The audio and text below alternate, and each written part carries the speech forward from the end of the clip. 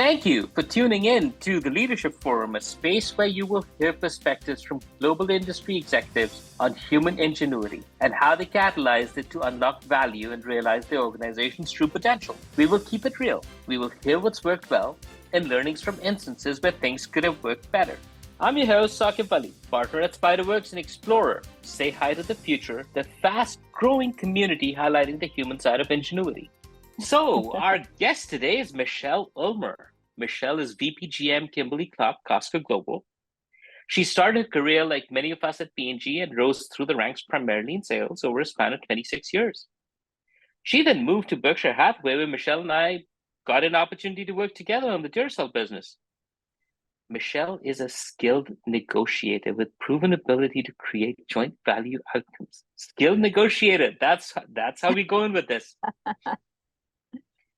The fact that I convinced Michelle to come on this pod, I will claim that as my sales win. Welcome, Michelle, and thank you for taking time out from your well-negotiated schedule. Michelle, let's let our listeners hear in your voice how you wish to introduce yourself to them. As you do, please do shed some light on what most of us get wrong about sales as a discipline and something about keeping large sales organizations motivated as you do every day. Super happy to be here, Saquib, and nice to reconnect with my good friend here from our Duracell days.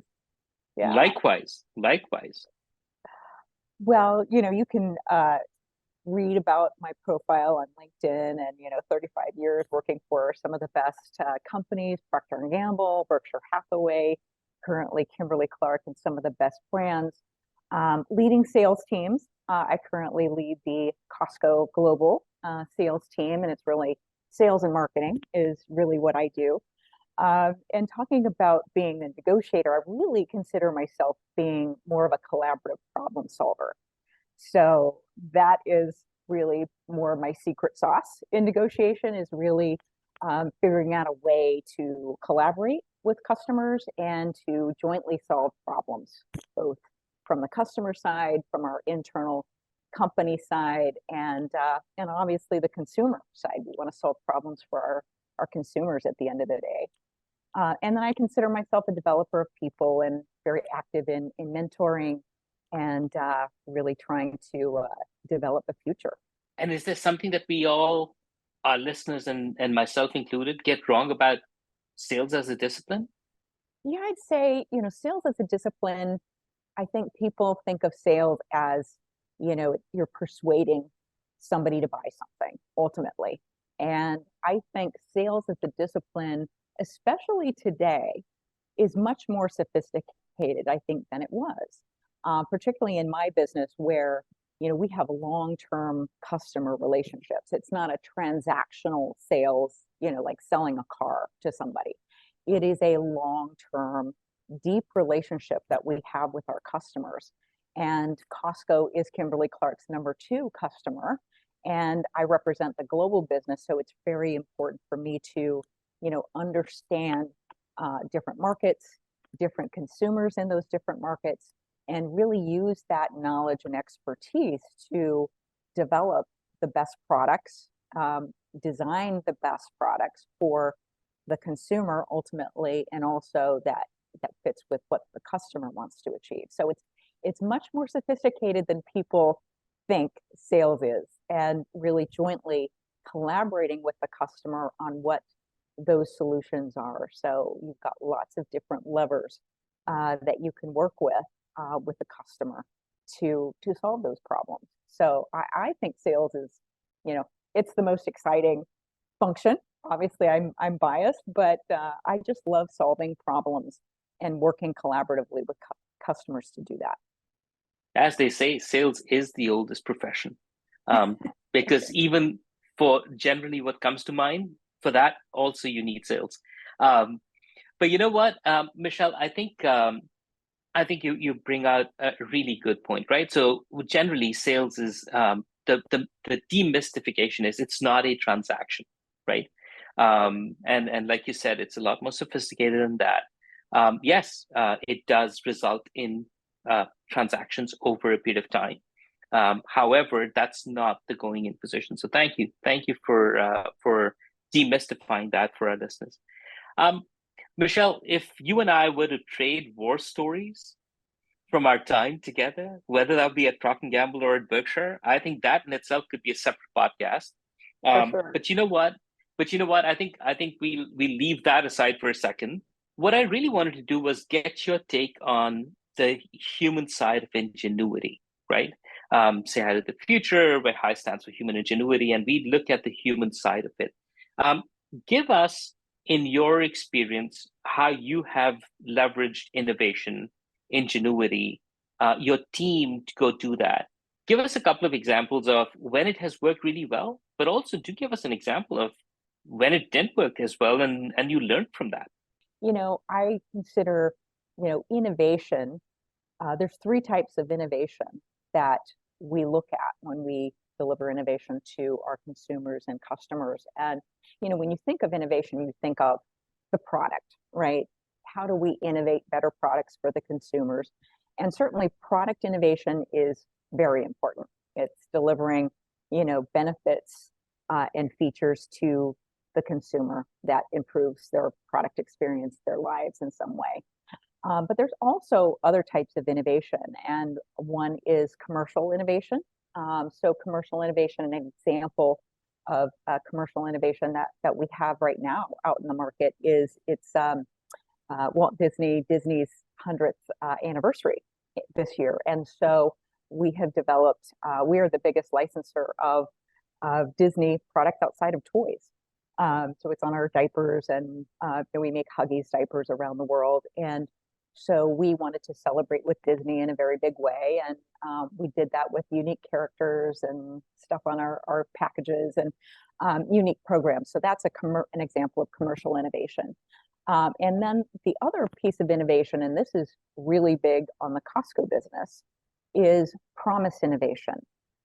Promise innovation is, what is the promise that your product is delivering to the consumer? And it's really around claims. And I'll give you a great example, really more from my Duracell experience, where, when you have products that are so big, right? Costco products, there's a lot of units in a pack. There's a lot of diapers in a big pack of Huggies that you buy at Costco. So the number one barrier of the consumer or the member in buying that big pack of diapers is, am I going to need all those, right? Is my child going to grow out of size 1 before they get into size 2? And I'm going to have all these size 1 diapers left.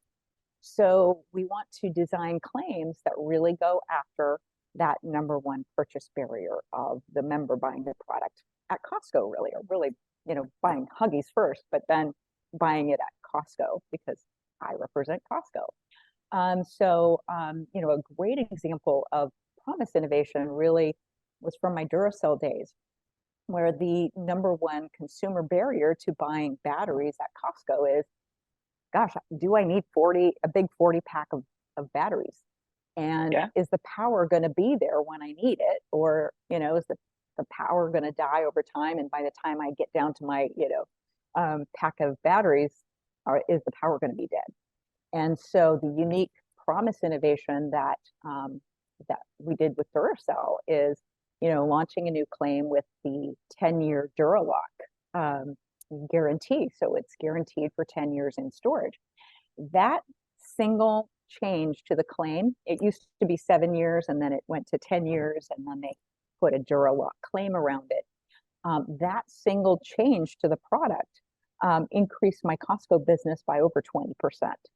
And that was a pretty big business at the time. So that definitely was a very big business. Exactly. So it's a great example of where there are, don't constrain yourself to thinking about innovation just being on product alone. There's lots of different types: packaging, promise, and commercial as well.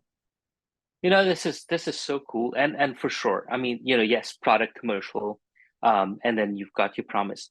But in each one of these, I think that there are a couple of things that you touched on, right? When it comes to the human side of that ingenuity, I think the first is, how do you get to an insight that's going to unlock that value, right? And so there, it is all about understanding our fellow human beings. What is it that's going to, whether that be at the customer end, at the consumer end, or frankly, internally, how are we going to make it work? So I think that's fantastic. I think the other aspect to this is um, what I'd love to get your thoughts on is, and how do you keep your sales teams, your teams, right, motivated, not just inside Kimberly-Clark or in the past at Procter, but also the customer side? How have you used human ingenuity to do that? Yeah, I think human ingenuity and how we keep my team motivated and really to continue to innovate and think of new ways to grow the business, I think really comes down to three things. I think one is, you have to teach people to learn faster. And to do that, you have to teach them to be unafraid of failure. And I think that is doing a lot of test and learn. Don't be afraid of testing new things. And, you know, if you fail, fail fast, right? So I think we don't do enough testing and learning within, I think, just consumer products in general. I think what we used to think of testing being, you have to have a market and a focus group and do all these things. But the world has really changed. And I think, e-commerce, digital, there's so many ways that you can test and learn quickly. You can, fail fast. And that Mm-hmm. allows you to do a lot more testing. I think the second thing also is to learn more from others. And I encourage my team to get out, not only in the Costco buildings and see what our competitors are doing and non-competes are doing within the club, but also, out in the stores and doing store walks and just, learning from what others are doing and what they're doing well, what they're not doing well, and to get out there and just, not be cloistered in your little room on Zoom. And then the third one, and I think this is the biggest, and that is to ask more questions. And the question that I always encourage my team to ask is, what needs to be true in order for this to happen? So if a customer asks for something, it is not, how can I say no, right? Or what are the barriers that I have to, saying yes? It's always what needs to be true in order for this to happen.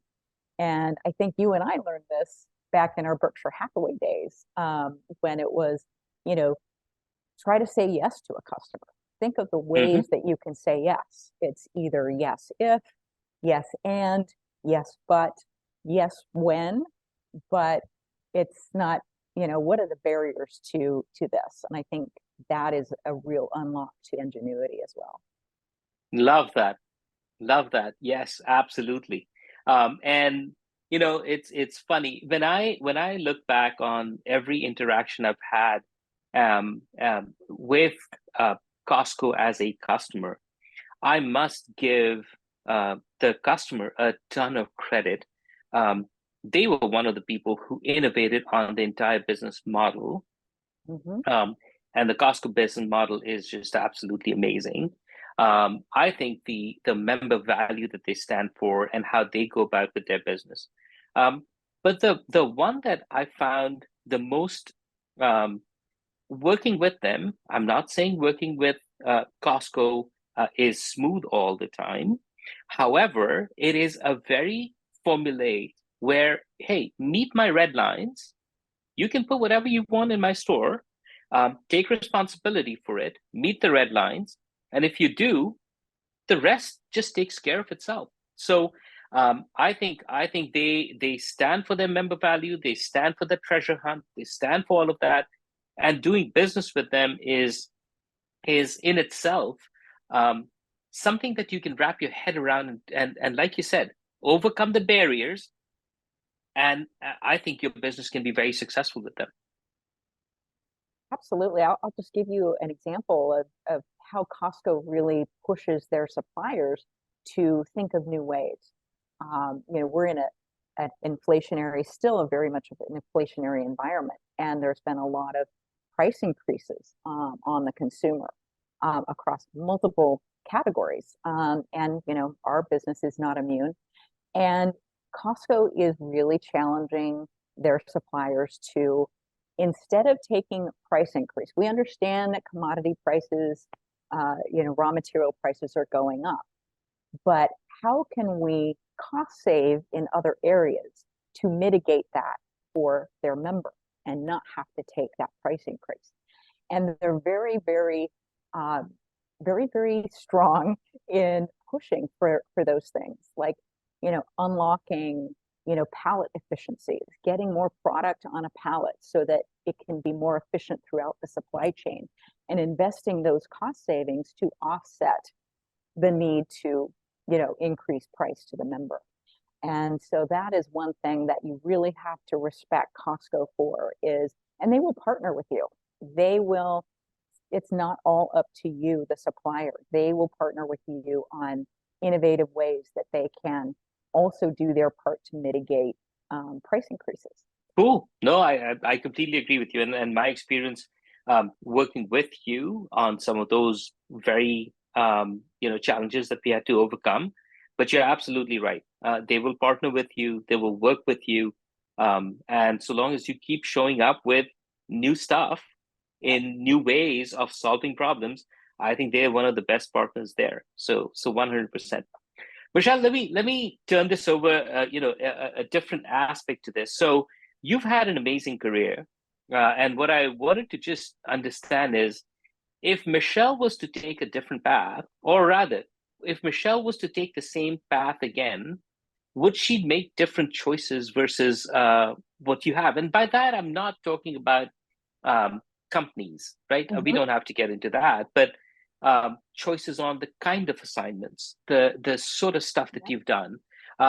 Would you take a different path? Yeah, I get asked that question a lot as I mentor, young people in their careers. Somebody with a 34-year career history is always, what would you do differently? And, I always have the same answer. And I really have thought about this question quite a bit. And I think that what I would do over is probably take more risk in my career. I have been pretty risk averse. And, for, whatever reason, I am kind of a risk averse person in general. And particularly with my career, I have, really enjoyed the companies that I work for, had long, long careers. I've been very loyal to the companies that I work for and had really great, great roles, and been, I say, happy in what I've done. But in looking back, and it's always easy to look in the rear view, but I think, had I taken more risk early on, I've been taking much more risk now that I'm later in my career, which is interesting. But earlier in the career, I think I could have learned a lot more early on had I taken more risk and just done new things. I would have loved to have done a international assignment. That was very risky, right, at the time. And I probably would have taken more roles that are less traditional. And in my safe Procter and Gamble world, it was always, you've got a very linear path to your career, and you do this and check the box, and you do that and check the box, and it's just this predictable career path. But I probably would have taken a different path and taken some side roads and not the linear path. Yeah, and I think the conversation here is also around, I think the way you touched on it was, take the risks so you can learn a different thing, right? Versus take the risk for something else. So I think that in itself is great, which is, if you and we also have the same conversation, by the way, on innovation, on Ingenuity as well, which is the risk. Generally, what we do is we take a financial return on the risk, but what we do not factor into it, what is the learning we're going to get out of it? And if we do that, I think all of us, not just from a career standpoint or a leadership standpoint, we'd probably take more risks even in projects, because the downside is more learning. Now, why is that a bad thing, right? So I'm completely with you.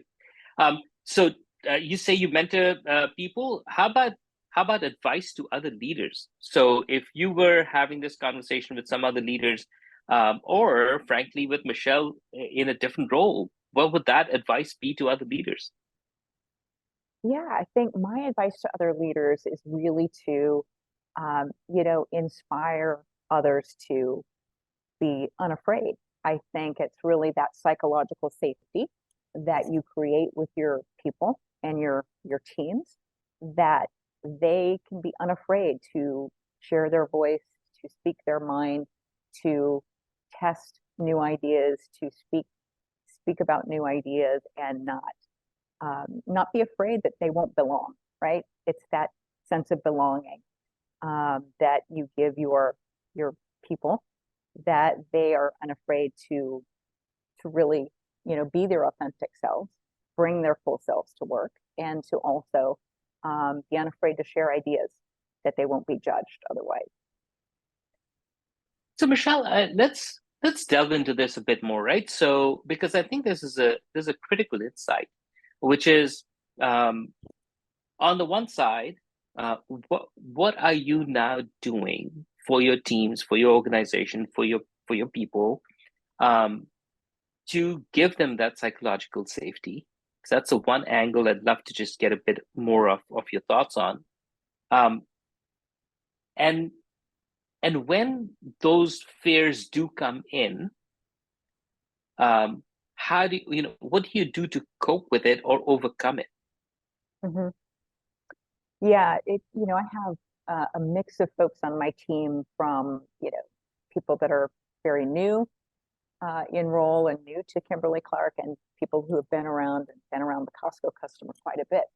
And my business is a very high risk profile business. Costco has, we call it extreme limited assortment, in that in many categories, most categories, they have one brand. Mm-hmm. They have their own brand, Kirkland Signature, but they usually only have one brand, and it's typically, the best, right? It's usually the leader in the market, or, the best performing brand that's in the market. And so it's always kind of you have 100% share, or you have zero share, and that's a very high risk profile. And so, I get the sense, that my folks have there's a lot of pressure when you could lose all the business. It's not just losing an item or two in distribution. You would Sure. lose the entire business. So what I do to really, keep my teams motivated and not, have that psychological safety is, number one, I think, is trust. You have to have a foundation of trust. And, it's trust with with your team, with your people, that you have their back. And you do that through intentional build trust moments. You can, have that happen organically over time, but I like to be very intentional about building trust and, creating those build trust moments. I do that with the customer as well, where you have, how is it that I can give something to you without you having to ask for it? That is Hmm. really, building trust. And, it does take some intention, especially if you wanted to build trust over a, short period of time. Because it does take a long time if you wait for it to organically, build. But I like to have those build trust moments with my people, that I have their backs no matter what. And then also encouraging them to share their voice. And I encourage people to be what we call spiky. I like spiky people, and spiky people are those that aren't afraid to speak their mind. And I encourage an environment that people feel safe to share their voice, and that they will still be accepted if they share a opinion that others don't agree with. So it's about giving them their voice. It's about I really like the way you put it. Provide them with something that before they've had a chance or the opportunity to ask. Um, Now that's a delight form of trust, right? How do you delight them so that they trust you more? I think that's a fantastic one. This has been absolutely fabulous. We've loved having this conversation with you. We can actually end it exactly there. Delight people so they trust you more. Thank you so much, Michelle, for taking the time and sharing your insights. Our listeners would love to hear more from you. We will be sure to tag you in our show notes. And before we let you go, is there something that you would have wanted to share with our listeners that I didn't get an opportunity to ask? Let's see. I would say, one of the things that I I would add on to, what I would say about how I encourage my team to be have more ingenuity is, really to not be the one expert. Everybody likes to be that indispensable, expert that people come to and rely on. Mm-hmm. But how do you scale yourself?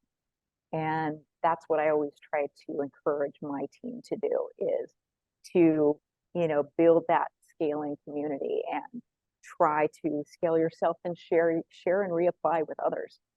And don't lock up that expertise just within yourself. Scale yourself. Scale yourself. That's a great way to end this. Thanks a lot, Michelle. This was absolutely fantastic. Awesome. Great talking to you, Saquib. Same here. All right. See ya. The Say Hi to the Future podcast series is produced by Sonia Romero, edited by Matt Miller, and special effects by Edward Vasquez. Please leave us your thoughts and let us know if there's a guest you want us to have a conversation with. You can find all Say Hi to the Future podcast series on Apple, Spotify, and YouTube.